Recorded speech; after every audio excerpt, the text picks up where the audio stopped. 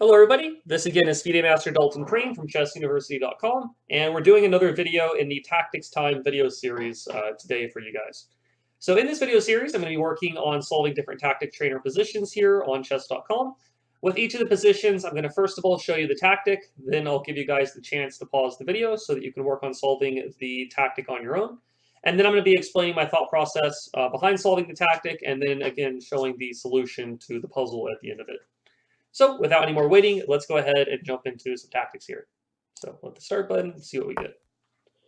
Looks like black has just made the move rook h6. So it's white's move in this position. Go ahead and pause the video and see what you can come up with for white here.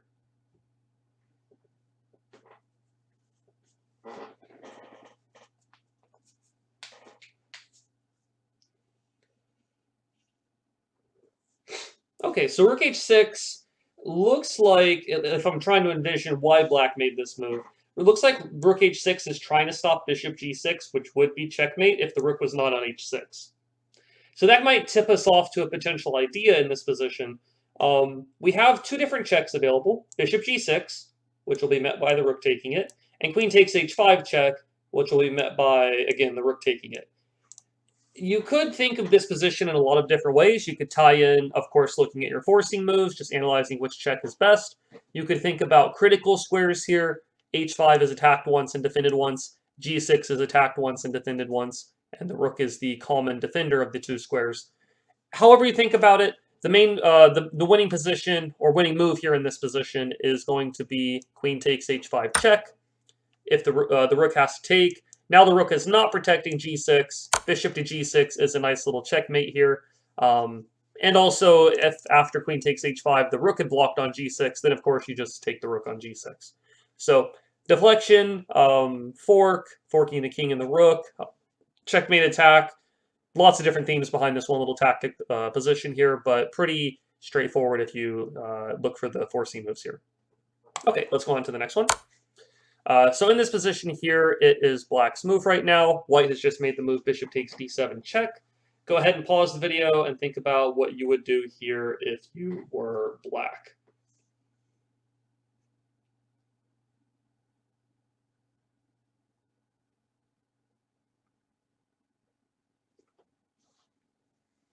Okay, so in this position here, it is black's move right now.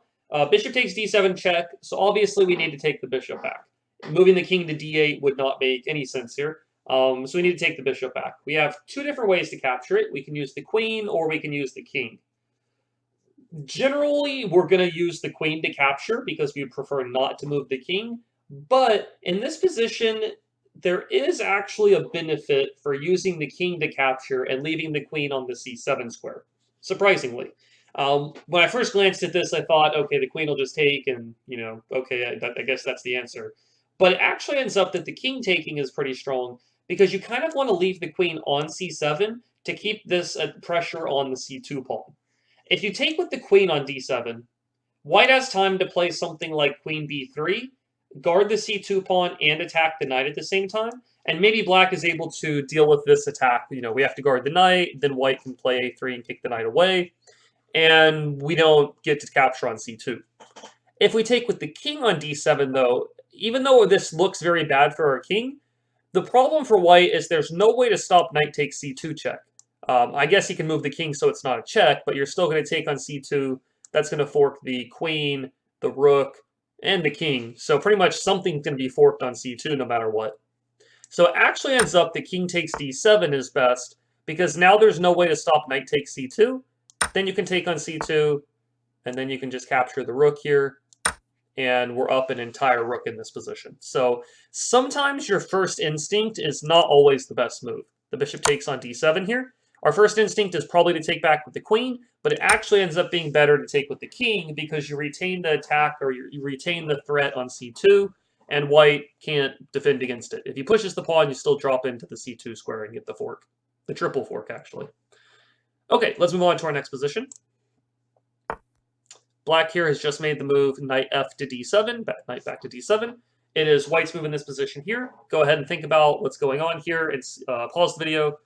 Think about what you would do if you were white here.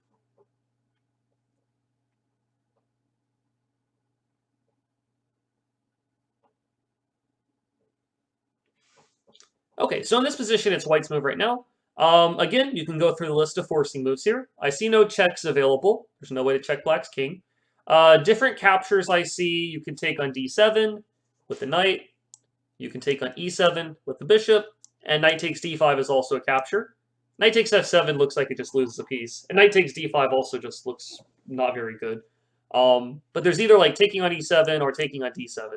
I don't really see much of a benefit for either of those. Not that they're bad moves, but I don't see a special follow-up. If we take on e7, the queen takes back. I don't see anything there. If we take on d7, the queen takes back. Again, it's pretty even there.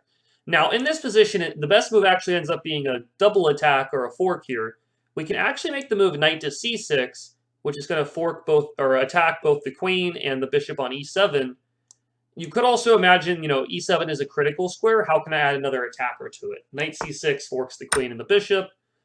Pretty much black here is going to give up the queen for 2 minor pieces, but that's still going to be an advantageous trade for white. White's going to lose 2 minor pieces, which is 6 points, but he's going to gain a queen, which is 9 points. So we've gained 3 points in this position, and white is winning in this case. Okay, so that's it for a couple of tactics during this tactics time video here. Hopefully you guys have enjoyed it. I'll see you guys around the next video for chessuniversity.com.